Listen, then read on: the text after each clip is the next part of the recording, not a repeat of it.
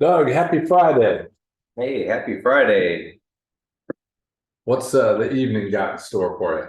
Well, it's homecoming here in Carmel, and so we're going to go to a homecoming football game, and there's a homecoming parade downtown Carmel today at 1. So I'm looking forward to that. And as I was thinking through homecoming, I wondered, like, when was that a thing?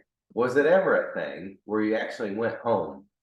If you had went to high school somewhere, did you return? Did you go back to a dance or a football game, or was that something popular in the 40s or 50s, or I don't know.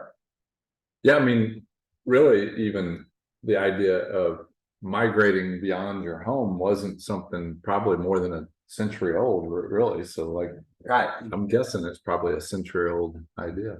Yeah. It's so much fun. I mean, the football stadium, I was there last night, is all decorated in like blue and gold ribbons everywhere, and it just looks fantastic. And so I love how people get into it.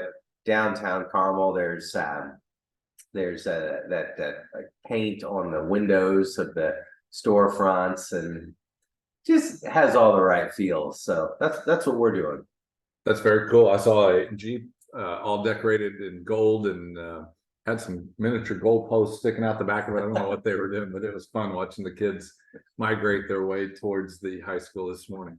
I threw a fun disclaimer up there. I don't know why I was stirred to throw that, but it says the duck and cover move won't protect you against a nuclear attack. If you want something entertaining, go watch the Bert the Turtle videos the federal government was teaching kids during the 1960s to duck and cover. So today, I guess we aren't even we're not gonna make you anxious of a nuclear attack. We're gonna make you cover your nose from a viral attack of something. I tell you what, though, gosh, our kids, they still do stuff like that today. I think even more frightening what they do, the school shooting drills. My goodness. The nuclear attack idea was kind of like, okay, that could happen for sure. But the kids, they're still doing stuff like that. It's no big deal to them. They just do it. But Yeah, when they tell me about it, I'm like, oh my goodness, that is intense. it I guess when I didn't watch that whole Bert the Turtle show. I watched enough of it to get the vibe of it. And really, when you're thinking about children, the effect of putting anxieties into their minds has I think, a bigger effect than most of us Right. consider. Yeah, and Yeah.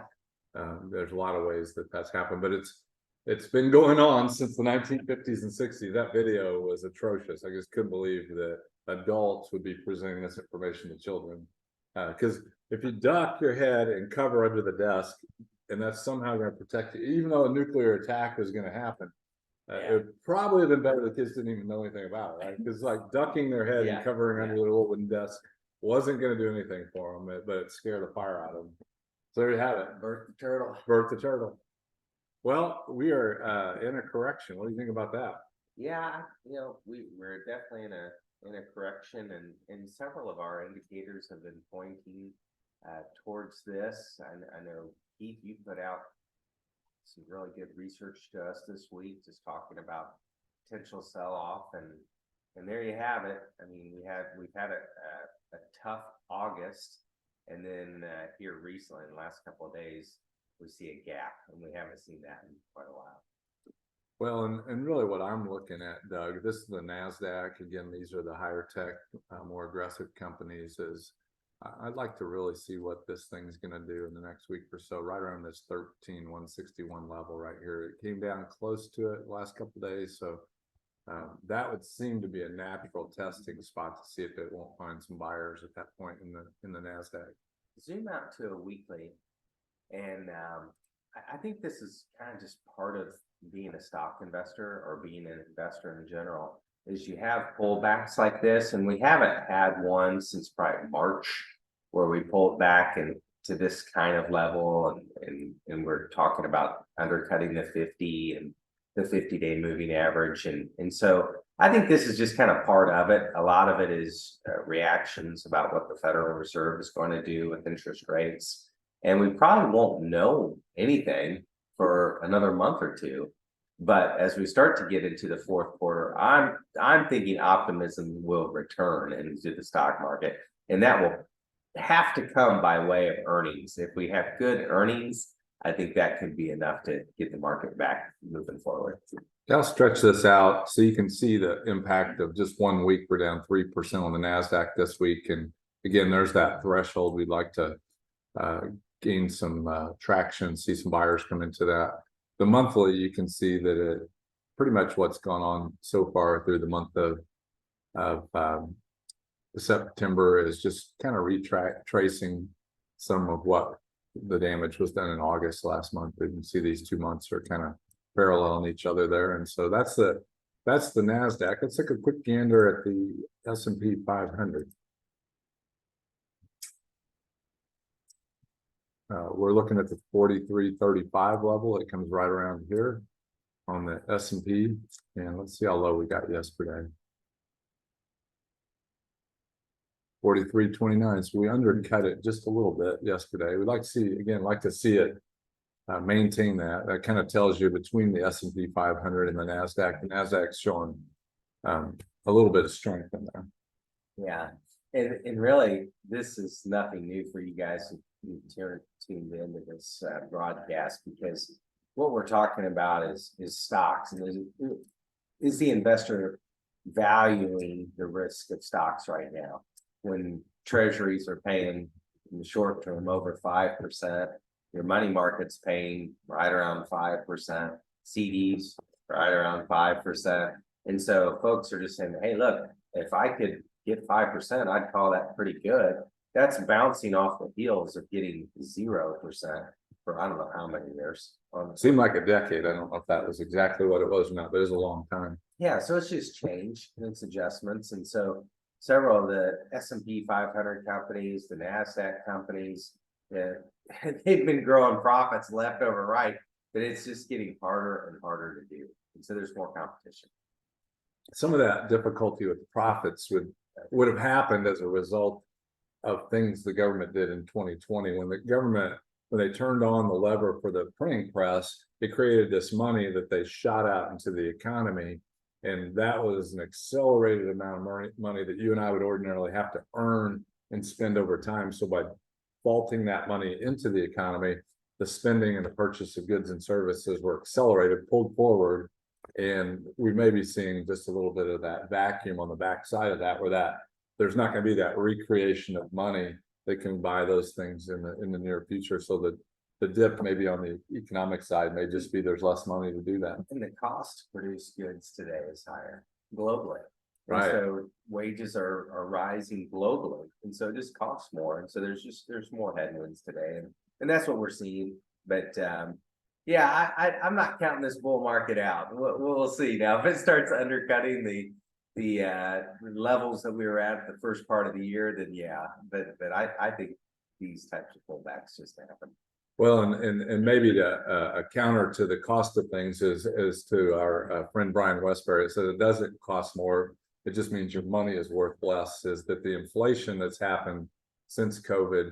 You can blame the manufacturers of these things, but in fact, it's your government you need to thank for the fact that your dollar doesn't stretch like it once did. It's much smaller than it was even 3 years ago, probably 25% smaller. It's got that less buying power. You want to check out the VIX too? Well, before I do that, I was just pointing out that y'all can see that as we were going through this time a year ago over here, we were talking, if you go back and look at the video, we're talking about, well, let's see what it does at this 200-day moving average here. And it hit that, dropped off of it, and it fought with it and finally broke through it last January. And where you find yourself today is that same 43.25 resistance level we had a year ago is hopefully, like what Doug was saying, hopefully the optimism will show that that's the support line, and we'll see what it does. I think a week or so we'll know. I think it was last week or the week before, we were talking about what's going to happen with this little tight area right here. Is it going to go up or down? Well, unfortunately, it didn't go up. So we like to see it getting tight, just like it did. But then, as you can see, stay right there, Keith, stay right there. So you see the prices getting tight, and then Keith, if you would highlight the volume spike, yeah. That's what we didn't want to have happen. And it did. Yeah. And that basically just means Oh my goodness, the sellers came out. The sellers being people with bigger wallets than you and I, or maybe a lot of those watching the show today. All right, here's the VIX. This is the measure of volatility. And we were talking about how we liked it down here in the teens last week, and it had been really tight. And it really is still, even though it's spiked up, it's staying below the 200-day moving average, this black line here, and it's only in the 17 range. So, I think as we've talked about Minervini and ideas he's given us over the weeks, his thought was, is if we are going to have a sell-off, that this thing probably will run up above this threshold right here, at which point would be a great time to step in as a buyer. Hopefully we don't get that, because that'll cause us all to have a scary October. Yeah. Hold on, these next few trading weeks could be a little bumpy. Yeah. Well, what else is banging around in your head these days? Well, you had mentioned that you wanted to address compounding. And so when you think of compound, what's the first thing that comes to your mind?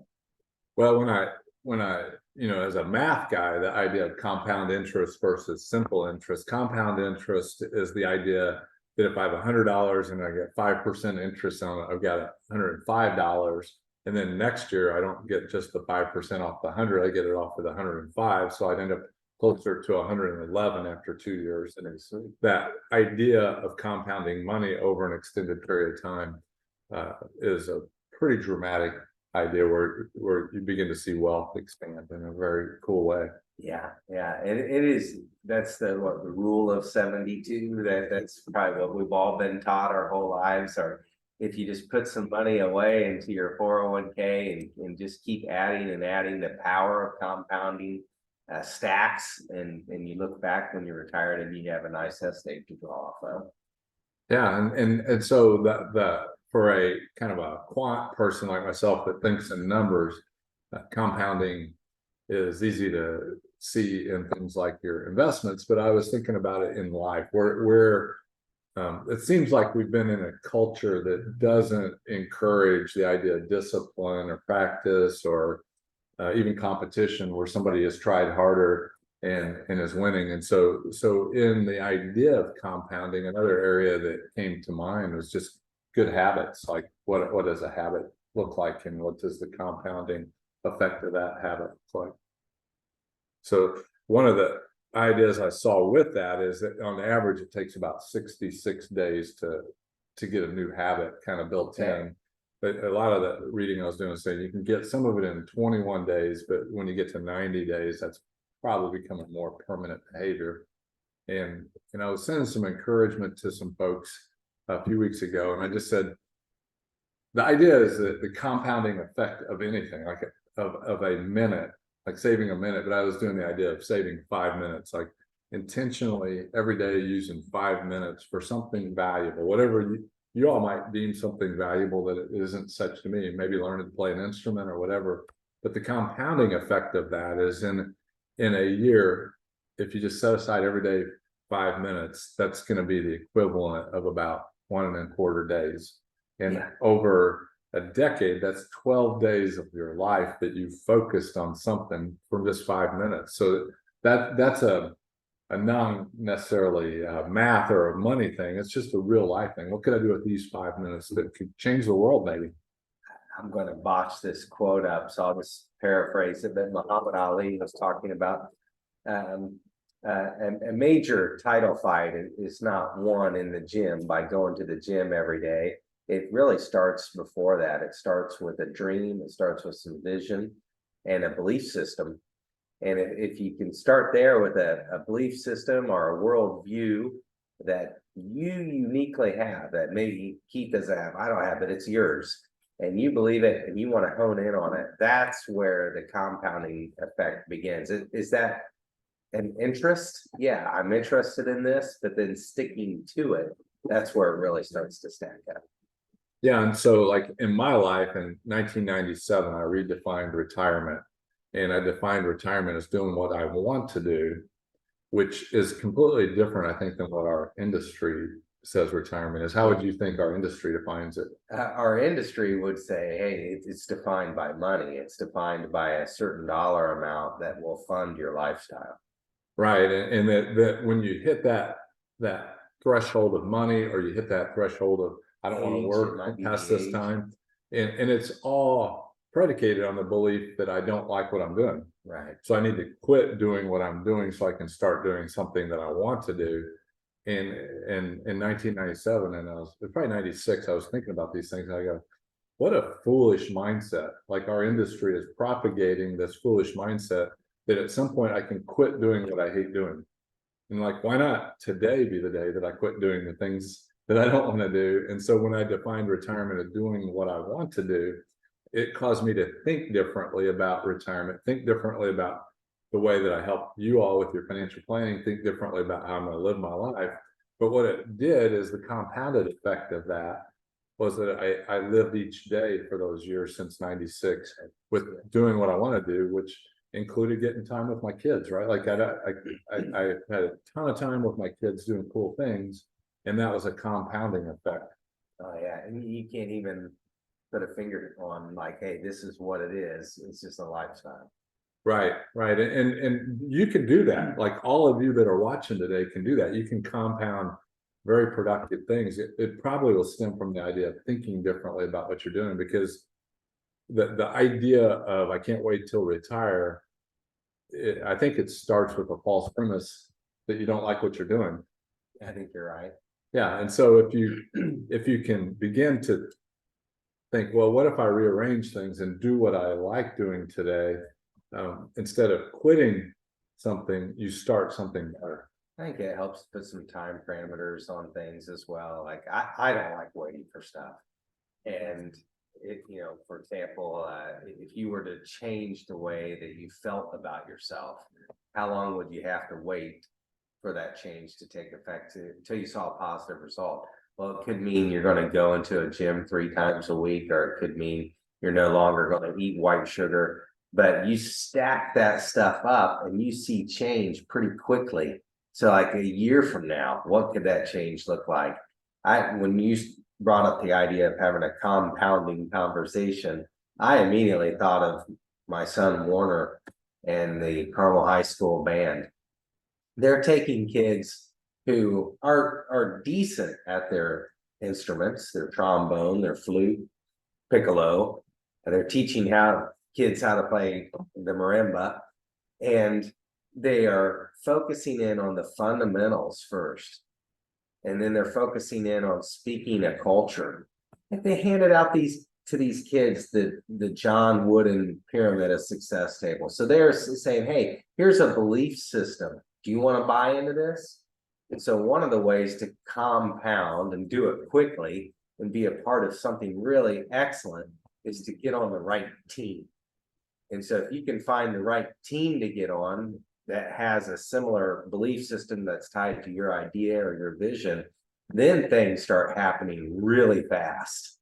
And next thing you know, you've got a shot like the Carmel Band at winning a national championship, being a part of something like that. And it didn't happen overnight. It happens with a lot of hard work, with a lot of dedication, but it's celebratory. And what is celebratory is the move towards excellence.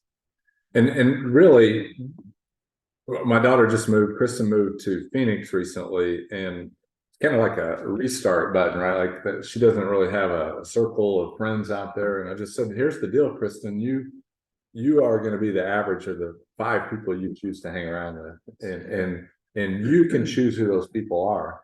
And it's hard to project into a youngster's thought process what that looks like. But when I was her age and I injected myself in a new group of people, the people I was hanging around with, they have these high expectations, and most of them have achieved, I would say, close to world-class things, which their efforts motivate me even in my efforts today. And that's been over 30 some odd years ago. And so yeah, how you compound friendships, even, it's not saying I'm going to pull out of that, but who you surround yourself with is going to greatly influence the thoughts and the ways that you go about your future.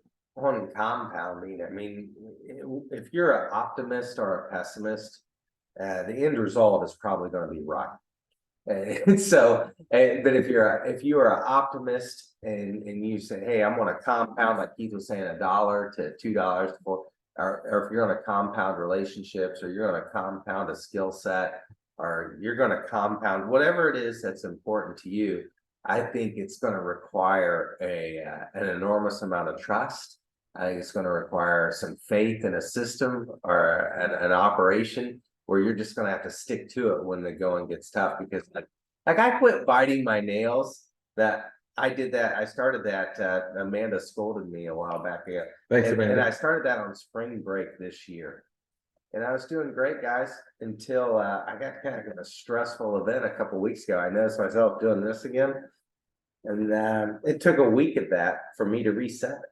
And so you're going to have to dig deep sometimes and just reset. But what encourages me most is just, if you have that worldview and set, then there's optimism. Because the pessimists, they're going to be out there, they're going to tell you why you shouldn't compound whatever it is that's important to you. There's going to be distractions. But if you could stay optimistic and looking for the opportunity, man, the results are just, they're big. They're you. Yeah, and They're individualistic. well, and really the compounding effect could be that negativity that causes you not to put that first step in. Like the compounding effect of making bad decisions is it's the inverse of what we're talking about. But if you find yourself in a place where you've been making a bad decision about something, today's a good day to put your foot down and say, I'm going to change it. I remember in my 40s, I felt like I was, and I can look at the pictures and see, less healthy than I am in my 60s. Yeah. And I remember thinking in my 40s, I had this thought, like, I can't start running because I might have a heart attack. Yeah. And then I had this thought that said, well, if I don't start running, I'm going to have a heart attack. And so I couldn't run a mile. Okay. Yeah. So I did this Jeff Galloway system where you run for a period of time and walk for a period of time. I think I was doing 3 minutes and 1 minute, and it didn't take me a month before I could do a mile. That's what I'm talking about. But when I into a winning system. Yeah, but that first day, I don't know that I could run the block, and I've kind of toned down running because I've had some knee pain, but I was motivated over the weekend. I'm like, I'm just going to do a 2 mile run. Like I've been doing a little bit of exercise, but not running, and I did a 2 mile run like that, and so. It can start today. Today can be the day, whatever it might be, because the negative compounding it could be the fingernails, right? It can eke into your existence before you even knew it happened. But it doesn't have to be where you are a year, 10 years from now. You can make the change today. Yeah, bring other people on your adventure, on your ride. Look for the people who are going to encourage you, because that's just a huge difference. I can remember around that time when Keith, you came in the office and you said, I'm done drinking Mountain Dews. Yeah. I was like, okay, we'll see how this works. And you were done drinking Mountain Dews. Yeah. I can't drink them anymore. Yeah. So it can be anything. I think that's the cool thing to think about. I haven't really ever been a person impressed with things. I don't think, like, it's just things aren't my thing. I do have a nice cool pin here. But generally, I was asking Connie last night, like, what do I buy? Like, I just don't buy stuff. But and there's nothing pro or con about it. That's just my personality. But one of the things that helped me probably buy even less stuff was cleaning up other people's stuff. And stuff is a compounding effect, right? Like if you I don't even know how our house got filled, right? Like I remember buying our house and we had all these empty rooms, and then now I'm like, look at all this stuff. But that stuff is a compounding effect, right? Yeah, so you can flip the switch and just start giving it some away and experience the compounding effect of giving. I mean, it's just there's lots of things to get traction on. Yeah, and other people's personalities help. Like when Debbie was a part of us for so long. One of Debbie's compounding effects is she kept Gimbal from getting stuff, right?